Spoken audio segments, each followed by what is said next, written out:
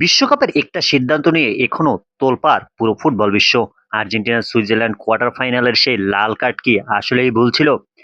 খোদ আইএফবি স্বীকার করে নিয়েছেন এই ভুলের কথা। আজকের ভিডিওতে জানাবো পুরো ঘটনা।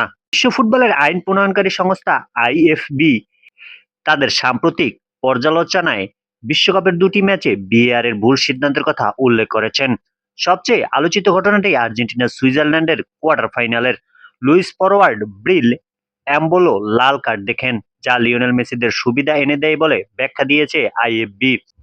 কিন্তু সমস্যাটা কোথায়? আইএফবি জানিয়েছে মিস্টেকেন আইডেন্টিটি নিয়ম শুধুমাত্র ব্যবহার করা যায় কোনো খেলোয়াড় আসলে অপরাধ করেছে তা শনাক্ত করার জন্য। এটা কখনোই অপরাধের ধরন বদলাতে বা নতুন করে পর্যালোচনা করতে ব্যবহার করা যাবে না, যেটা সিমুলেশন বা ড্রাইভিং এর মতো ঘটনায় করা হয়েছিল।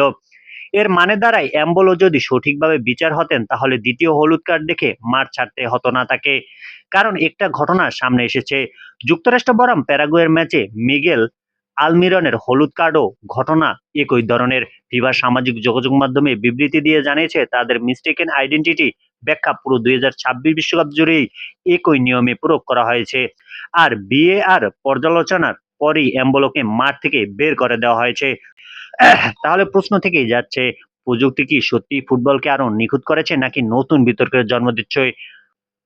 কমেন্টে জানান আপনার মতামত। ভিডিওটি ভালো লাগলে লাইক, শেয়ার এবং সাবস্ক্রাইব করুন।